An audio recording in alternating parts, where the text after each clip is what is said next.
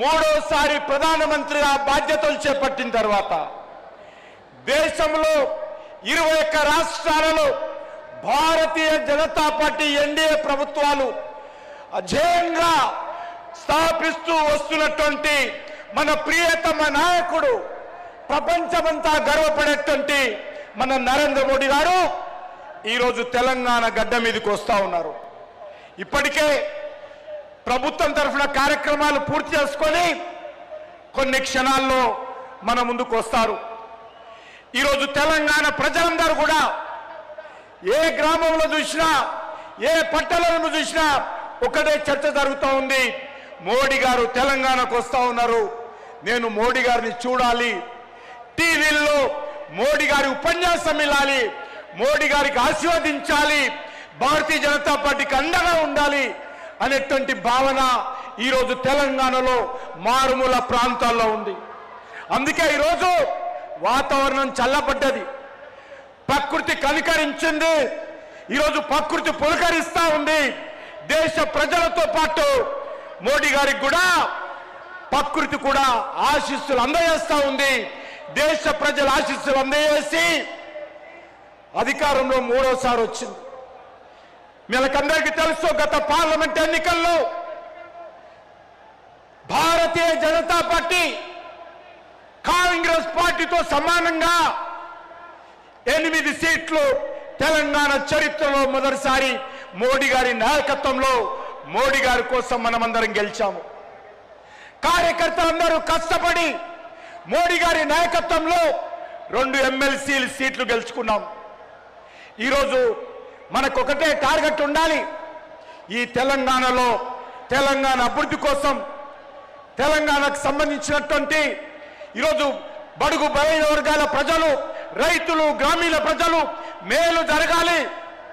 తెలంగాణ ఉద్యమంలో కోట్లాది మంది ప్రజలు మరి సకల జనుల సమ్మెతో పోరాటం చేశారు. 1200 మంది ఆత్మ బలిదానం చేసిన తర్వాత వచ్చిన తెలంగాణ ఎవరి పాలైందో ఈరోజు మనం ఆలోచన చేయాలి. ఒక కుటుంబం చేతిలో 10 సంవత్సరాలు నలిగిపోయింది నా తెలంగాణ. గత 2.5 సంవత్సరాలుగా సోనియా గాంధీ కుటుంబం చేతిలో తెలంగాణ అవినీతి పరుల పడ్డది. నా తెలంగాణను మనం రక్షించుకోవాలి. నా తెలంగాణ తల్లి ఈరోజు విలువలాడుతూ ఉంది. అందుకే తెలంగాణ కోసం పోరాటం చేసినటువంటి 4 కోట్ల తెలంగాణ ప్రజల ఆకాంక్షలకు అనుగుణంగా మనమందరం ముందుకెళ్ళాలి, పిడికిలి బిగించి ముందుకెళ్ళాలి. నేను ఈ సందర్భంగా మనవి చేస్తా ఉన్నాను. అనేక మంది అన్ని మాట్లాడవచ్చు, కానీ తెలంగాణలో ఈరోజు నరేంద్ర మోడీ గారి ప్రభుత్వం రావాలి. తెలంగాణ ఆగమైపోతుంది, తెలంగాణ అప్పుల పాలైపోతుంది, తెలంగాణ మద్యానికి కేంద్రమైపోయింది, తెలంగాణ అవినీతికి అక్రమార్కులకు అడ్డగా మారింది. అది బీఆర్ఎస్ హయాంలో కానీ, అది కాంగ్రెస్ పార్టీ హయాంలో కానీ. అలాంటి తెలంగాణ మనం ఈరోజు రక్షించుకోవాల్సిన అవసరం ఉంది. తెలంగాణ ప్రజల భవిష్యత్తు అంధకారం కాకుండా చూడాల్సినటువంటి అవసరం ఉంది. మన భావి భారత పౌరుల భవిష్యత్తు రక్షించుకోవాల్సిన అవసరం ఉంది. అందుకే ఈరోజు మనవి చేస్తా ఉన్నాను. చాలా మంది అంటారు 8 మంది గెలిపించాం కదా, కేంద్రం ఏమిచ్చింది అని. బీజేపీ ఎంపీలు ఎన్నిచ్చారని పదే పదే విమర్శిస్తుంటారు. కారు కూతలు మాట్లాడేటువంటి వాళ్లకు, చేతి కూతలు మాట్లాడేటువంటి వాళ్లకు, అవినీతి అబద్ధాలు మాట్లాడేటువంటి వాళ్లకు, ప్రజలను తప్పుదారి పట్టించేటువంటి వాళ్లకు నేను ఈ సందర్భంగా మనవి చేస్తా ఉన్నాను. భారతీయ జనతా పార్టీ ఏదైనా హామీ ఇస్తే, ఏదైనా గ్యారంటీ ఇస్తే ఆ గ్యారంటీని అమలు చేసేటువంటి మోడీ గ్యారంటీ ఈరోజు దేశంలో తెలంగాణలో కూడా ఉంది. నేను ఒకటే అడుగుతాను, మీలాగా కాంగ్రెస్ పార్టీ, బీఆర్ఎస్ పార్టీ లాంటి అబద్ధాల గ్యారంటీ మేము ఇవ్వము. ఏదైతే ఇచ్చామో అది చేసి చూపిస్తాము. మీలాగా ఇచ్చినటువంటి 6 గ్యారంటీలు, 420 సబ్ గ్యారంటీలు ఈరోజు అక్కడ అమలు చేయకుండా తెలంగాణ ప్రజలకు వెన్నుపోటు పరిచి, తెలంగాణ ప్రజలకు మోసం చేసి, తెలంగాణ మహిళలకు, యువకులకు, నిరుద్యోగులకు, విద్యార్థులకు, కార్మికులకు, కర్షకులకు, దళితులకు, బీసీలకు ఏ వర్గాన్ని వదిలిపెట్టలే కాంగ్రెస్ పార్టీ. అందరికీ వెన్నుపోటు పొడిచింది. అలాంటి పార్టీ మాది కాదు. అందుకే ఈరోజు మూడోసారి అధికారంలోకి వచ్చాము. అనేక రాష్ట్రాలలో చెప్పి బాజాప్తా రెండోసారి, మూడోసారి, నాలుగోసారి భారతీయ జనతా పార్టీ అధికారంలోకి వచ్చింది. 21 రాష్ట్రాలలో మోడీ గారి నాయకత్వంలో భారతీయ జనతా పార్టీ ప్రభుత్వాలు ఉన్నాయి. నేను కాంగ్రెస్ పార్టీ అడుగుతా ఉన్నాను, ఈరోజు ఈ యొక్క మీరు మీ పార్టీని ఏమన్నారు? మీరు కాంగ్రెస్ అంటే ముస్లిము, ముస్లిం అంటే కాంగ్రెస్. ఇది ఈరోజు కాంగ్రెస్ పార్టీ ఆలోచన. అందుకే ప్రజలారా, ఈ కాంగ్రెస్ పార్టీ అంటే ముస్లిం, ముస్లిం అంటే కాంగ్రెస్ పార్టీ, కాంగ్రెస్ లేకపోతే ముస్లింలు. నేననేది కాంగ్రెస్లో హిందువులు ఉండకూడదా? కాంగ్రెస్ పార్టీకి హిందువులు ఓటేయలేదా? ఎందుకు ఈ రకంగా దిగజారుతున్నారు ఓట్ల కోసం? ఈరోజు చెప్తా ఉన్నారు ఎస్ఐఆర్కి ఎత్తుకోవాలి. ఎవరి మీటింగ్లో చెప్తున్నాడు? ముఖ్యమంత్రి ముస్లింల మీటింగ్లో చెప్తా ఉన్నాడు. మీరందరూ ఎదుర్కోవాలి. రాజ్యాంగబద్ధమైనటువంటి ఎలక్షన్ కమిషన్ వ్యతిరేకంగా ఒక ముఖ్యమంత్రి వాళ్ళని రెచ్చగొట్టే విధంగా ఒక మతానికి సంబంధించినటువంటి వాళ్ళను అబద్ధాలు మాట్లాడుతూ మోసం చేస్తూ ఈరోజు రెచ్చగొట్టేటువంటి ప్రయత్నం చేస్తూ ఉన్నారు.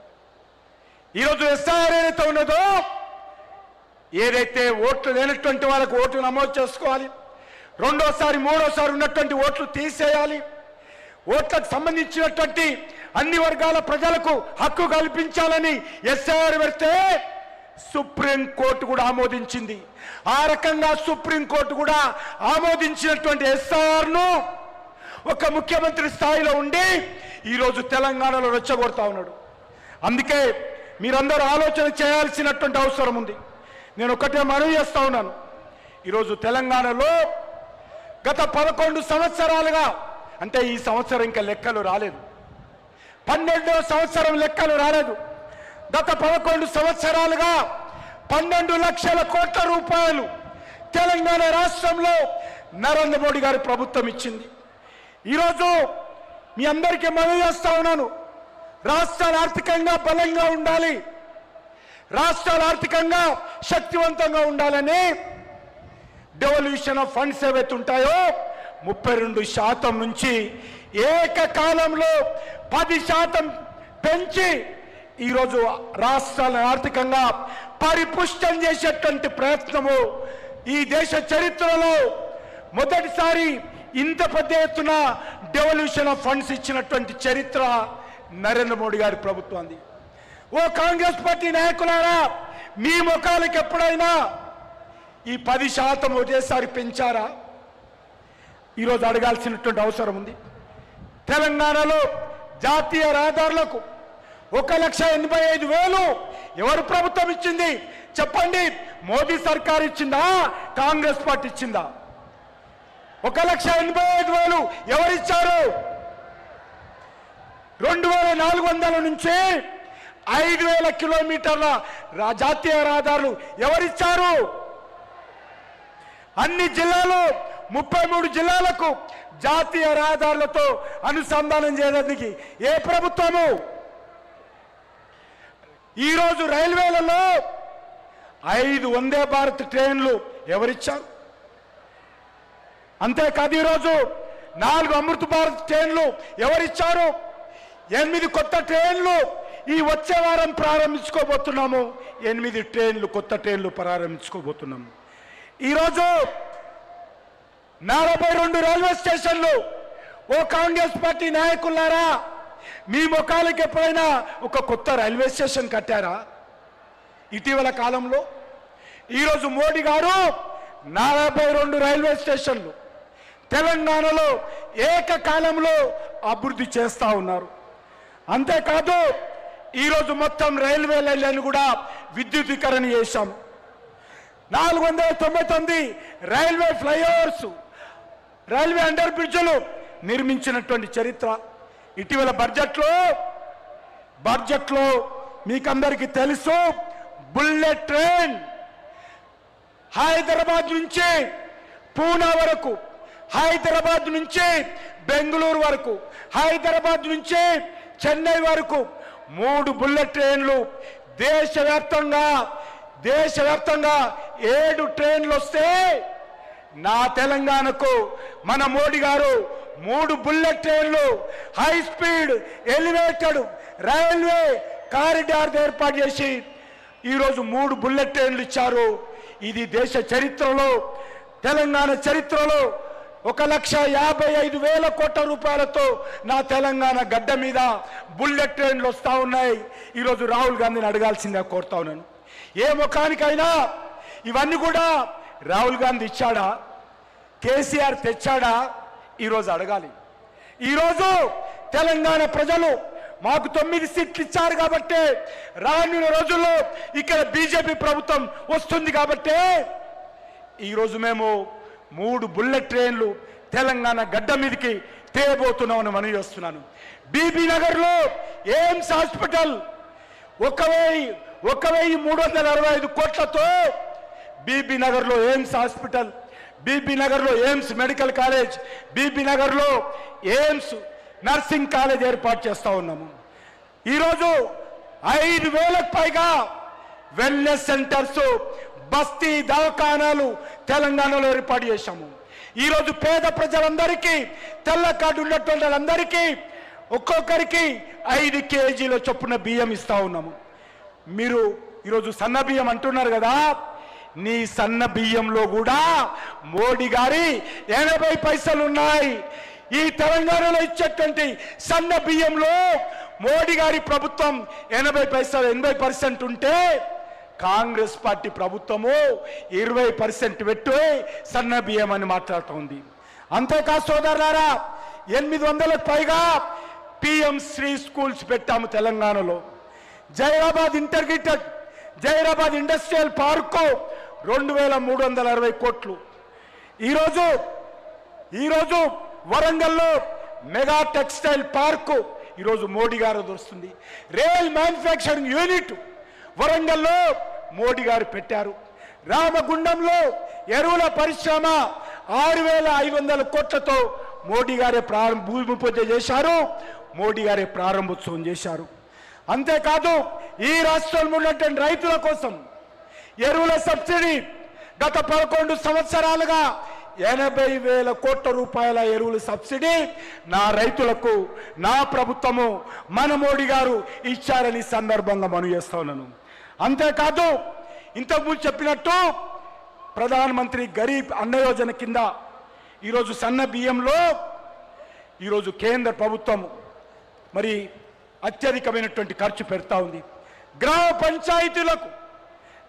పంచాయతీలకు నా కేసీఆర్ లేకపోతే రేవంత్ రెడ్డి ఏ రోజు 1 రూపాయి ఇయ్యలే.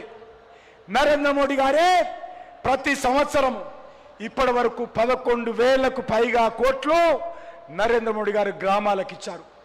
ఏ ఒక్క గ్రామం కూడా వదలకుండా అన్ని గ్రామాలకు ఇచ్చాడు. ఈ తెలంగాణలో ఉన్నటువంటి అన్ని మున్సిపాలిటీలకు 12,000 కోట్ల రూపాయలు నరేంద్ర మోడీ గారు ఇచ్చారు. అంతేకాదు అలంపూర్ జోగులాంబ దేవాలయం అభివృద్ధి కోసం భద్రాచలం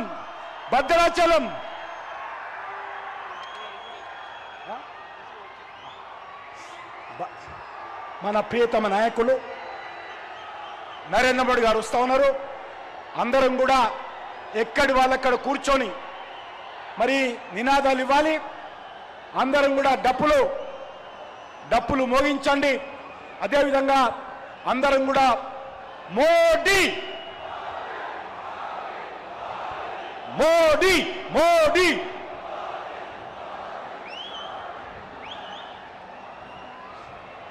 అంతేకాదు సోదరులారా, check 1 2 hey check dash check okay